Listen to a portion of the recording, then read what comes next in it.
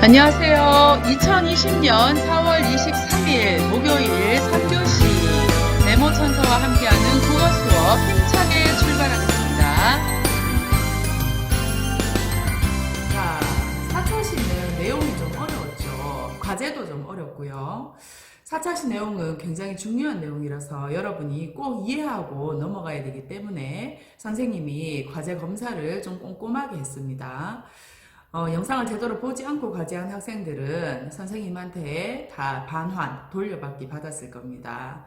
여러분, 선생님이 숙제 검사를 하면서 느낀 거고, 그 이전부터 짐작은 했던 것이지만, 여러분이 코로나 때문에 지금 학교에 나오지 않고 집에서 컴퓨터로 숙제를 하면서 게임을 하거나 다른 짓을 하거나 영상을 제대로 보지 않고 그냥 과제만 제출해버리는 학생이 많은 것 같아요.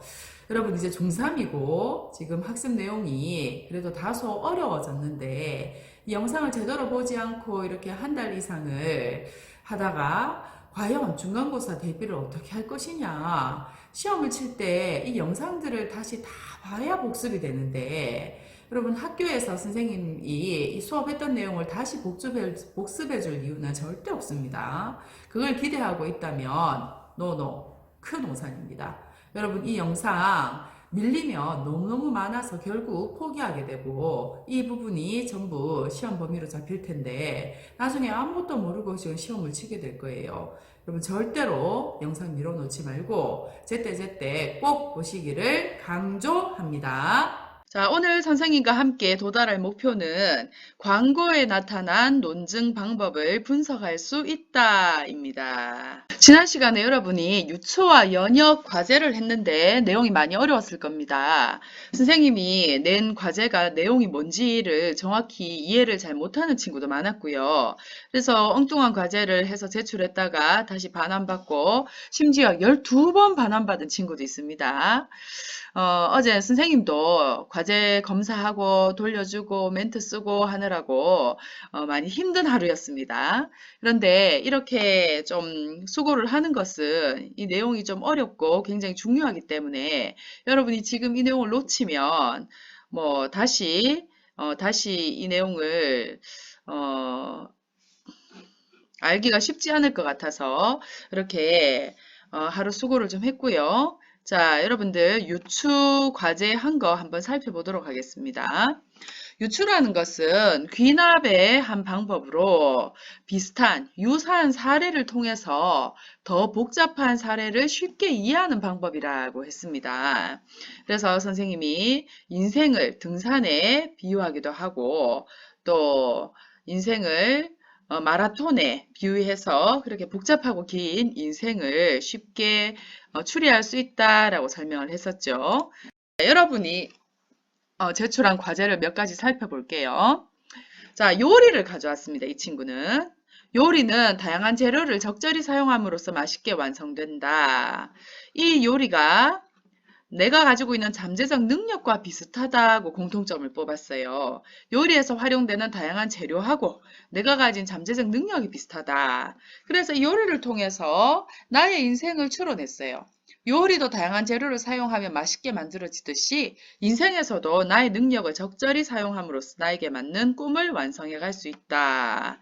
그래서 요리를 통해서 나의 인생을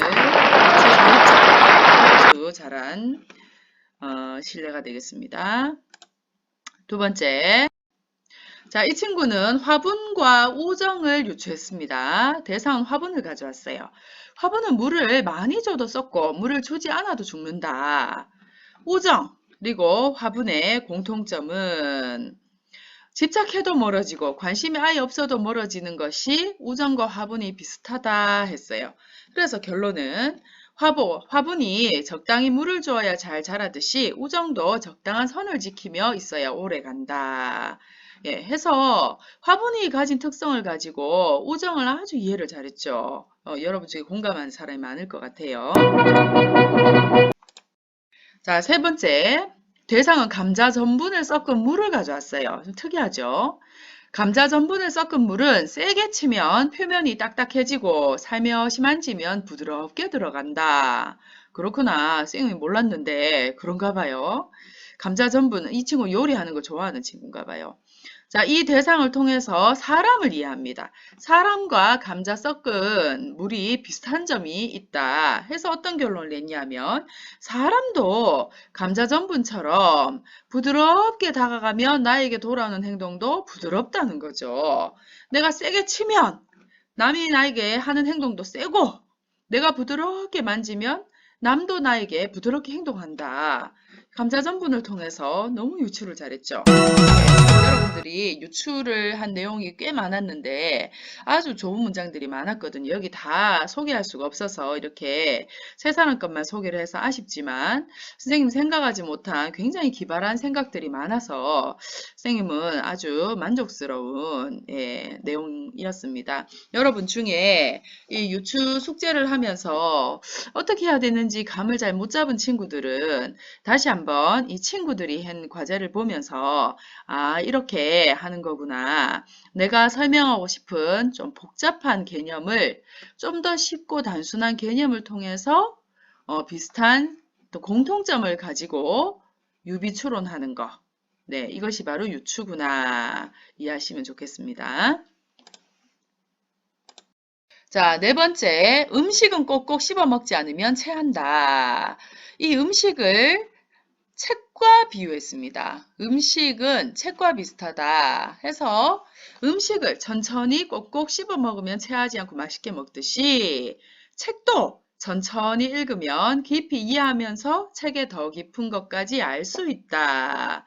해서 음식과 책을 이렇게 비유해서 책을 깊게 천천히 꼼꼼하게 읽자라는 내용을 잘 표현했죠. 네, 이 친구도 아주 아이디어가 좋은 것 같아요. 자, 이렇게 유추를 살펴봤고요. 자, 지난번에 3단 논법 선생님이 문제를 내면서 요거를 대전제, 소전제, 그리고 결론으로 분석해보라고 했는데 요 문제를 이해를 잘 못하고 3단 논법을 자기가 만들어서 제출한 사람, 또 오류가 무슨 뜻인지 3단 논법의 오류를 정의 내린 사람 등등 굉장히 다양한 답들이 왔었어요. 그런데 선생님이 다 반환을 했고 이 문제를 다시 분석하도록 선생님이 또 안내를 다 했었습니다. 자, 이 문장에서 결론은 뭐겠습니까? 논술고사는 선발고사, 좋은 선발고사를 할 수 없다는 게 결론이겠죠. 자, 논술고사는 좋은 선발고사를 할 수 없다가 결론이고, 그리고 여기에서 논술고사는 사교육을 조장하던 시험이다라는 소전제까지도 드러나 있습니다. 그죠? 논술고사는 사교육을 조장하는 시험이다. 그러면 이거를 통해서 여기 생략되어 있는 대전제를 찾을 수가 있죠. 그 대전제는 사교육을 조장하는 시험은 좋은 선발고사라 할 수 없다. 요게 대전제가 되겠죠. 자, 요거를 지난 시간에 선생님이 3단 논법은 A는 B 공식을 가르쳐 줬죠. 그걸로 한번 다시 보면은 사교육을 조장하는 시험 이게 A가 되겠죠. 좋은 선발고사라 할 수 없다는 게 B가 되겠죠. 그러면 대전제에서는 A는 B다. 그러면 소전제는 논술고사라는 좀 구체적인 사례가 왔잖아요. 요게 C가 되겠지요. 그리고 이 대전제에서 나왔던 A를 다시 가져온다 했잖아요. 사교육을 조장하는 시험. 가져와서 B에서는 C는 A다가 되는 거죠. 자, 이러면은 C는 A고 A는 B니까 어떤 식이 성립했습니까? C는 A고 A는 B다가 되잖아요. 그래서 결론은 뭐다? C는 B다로 간다고 했죠. 그래서 논술고사는 B. 요거 좋은 선발고사라 할 수 없다. 이렇게 C는 B다로 이렇게 정리를 할 수가 있겠습니다. 자, 여러분 답과 비교해 보시고 3단 논법을 이해를 확실히 하고 넘어가셨으면 좋겠습니다. 그렇다면 이 주장이 타당성이 있는지도 우리가 따져볼 수 있을 거예요.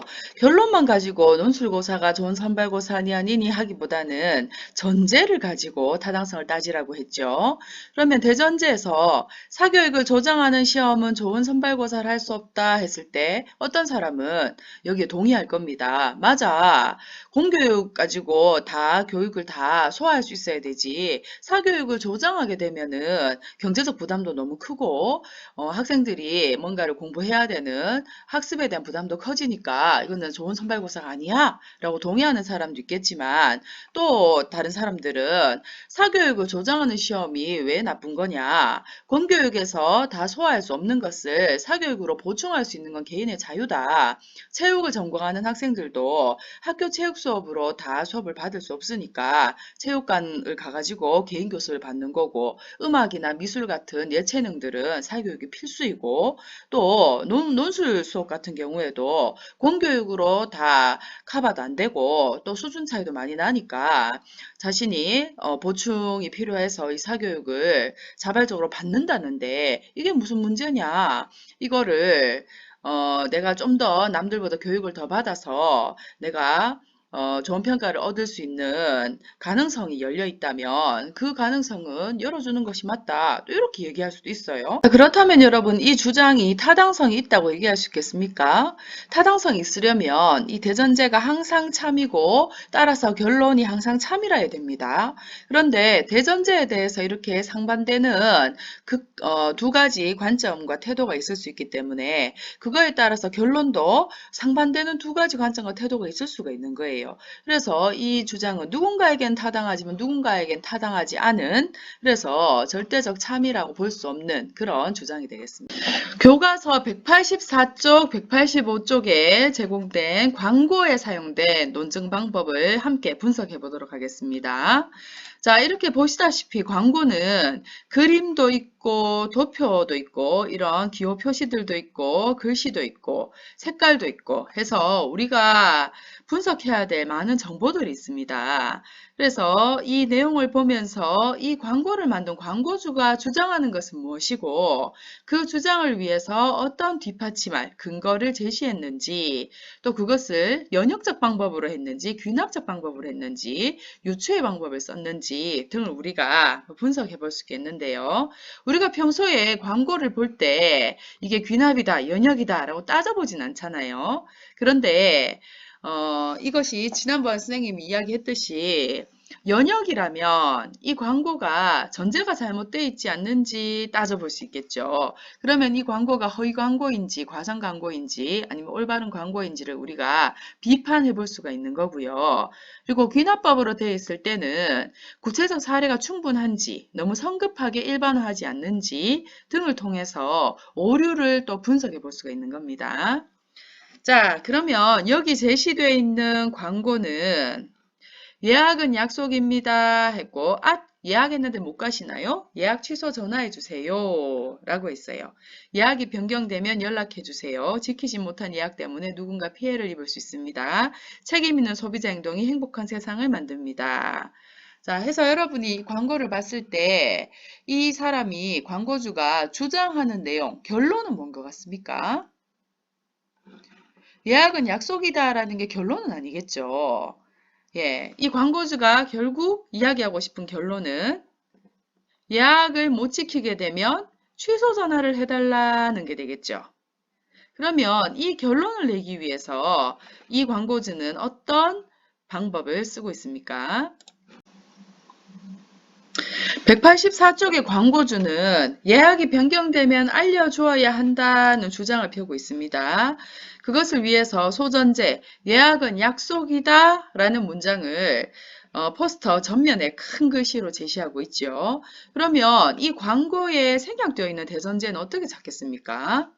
자, 아까 방금 3단 논법의 공식에서 예약이 변경되면 알려주어야 한다. 여기에서 거꾸로 가볼까요? 따라서 C는 B이다 했으니까 예약이 C가 되겠고 알려주어야 한다가 B가 되겠죠. 그러면 예약은 약속이다 해서 이 예약이 뭐겠습니까? C가 되고 약속은 A가 되겠죠. 자, 그러면은 대전제는 A는 B이다니까 이 A 자리에 뭐가 오겠어요? A 자리는 요거죠, 요거. 약속은 B이다니까 요 알려줘야 한다가 B니까 B 자리에다가 오면은 대전제는 어떻게 됩니까? 약속은 알려줘야 한다. 네, 우리 광고의 내용에 맞게 고친다면 약속이 변경되면 알려줘야 한다가 대전제에 들어가는 것이 되겠죠. 그래서 교과서 184쪽에 정리하시면 되겠습니다. 약속을 못 지키면 알려줘야 한다. 대전제가 되고 약은 약속이다. 소전제가 되고 이걸 바탕으로 결론 예약이 변경되면 전화해 주어야 한다. 이렇게 3단 논법의 공식을 지키고 있는 연역법이 되겠지요. 자, 그렇다면 이 광고의 논증 방법이 타당한지를 우리가 따져볼 수 있겠지요. 광고의 타당성을 따질 때는 결론보다는 뭐를 보라 했어요? 전제가 타당한지를 보라 했죠. 그러면 약속을 못 지키면 알려줘야 한다는 전제에 여러분 뭐 문제가 있습니까? 뭐 논리적 모순점이 있다든지 아니면 좀 틀린 말이라든지 사람들이 동의하지 못하는 보편성이 없다든지 그런 게 있습니까? 약속을 못 지키면 알려줘야 되죠. 그래서 이거는 우리가 다 동의할 수 있는 내용이 되는 것 같아요. 예약은 약속이다. 예약이 약속 맞지요? 광고에서 봤을 때도 병원에 간다든지 또 항공을 이용한다든지 식당에 이용한다든지 하는 거는 다 이 병원 관계자들 또 항공 관계자들 또 식당 관계자들과의 약속이잖아요. 그러니까 예약은 약속이다라는 것도 틀린 전제가 아닙니다. 그래서 이 전제를 통해서 나온 결론, 이 예약은 변경되면 전화해 줘야 되는 이 결론은 곧 참이라는 타당성을 우리가 따져볼 수 있겠습니다. 두 번째, 185쪽의 광고 논증 방법 살펴보겠습니다. 자, 위에서부터 이렇게 순서대로 보게 되잖아요. 우리가 보통 광고를 딱 봤을 때 위에서부터 아래로 이렇게 시선이 쭉 내려가는 게 일반적이죠. 그래서 자연스럽게 맨 위에 있는 문장부터 읽어보는 겁니다. 스마트폰을 내려놓으면 친구와 손잡고 팔씨름하고 두 팔 벌려 엄마와 포옹하고 친구에게 비밀 쪽지를 쓰고 상상의 나래를 마음껏 그려보고 있는 힘껏 큰 소리로 노래 부르고 그룹마다 이름을 지어주고 공원에서 숨이 찰 때까지 뛰어보고 또 뭐가 있을까? 까지는 많은 사례들이에요. 이렇게 사례들이 나와 있지만 이거 말고 또 다른 사례들을 우리는 얼마든지 더 제시할 수가 있습니다.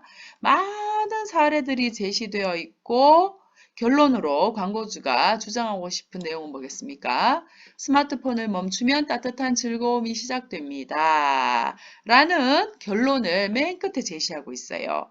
그렇다면 이 광고주가 스마트폰을 멈추자 라는 주장을 펴는 데 있어서 이 사람은 수많은 사례들을 가지고 와서 따뜻한 즐거움을 느낄 수 있는 많은 사례들을 가지고 와서 자기의 주장을 뒷받침하고 있죠. 이런 방식을 무슨 방법?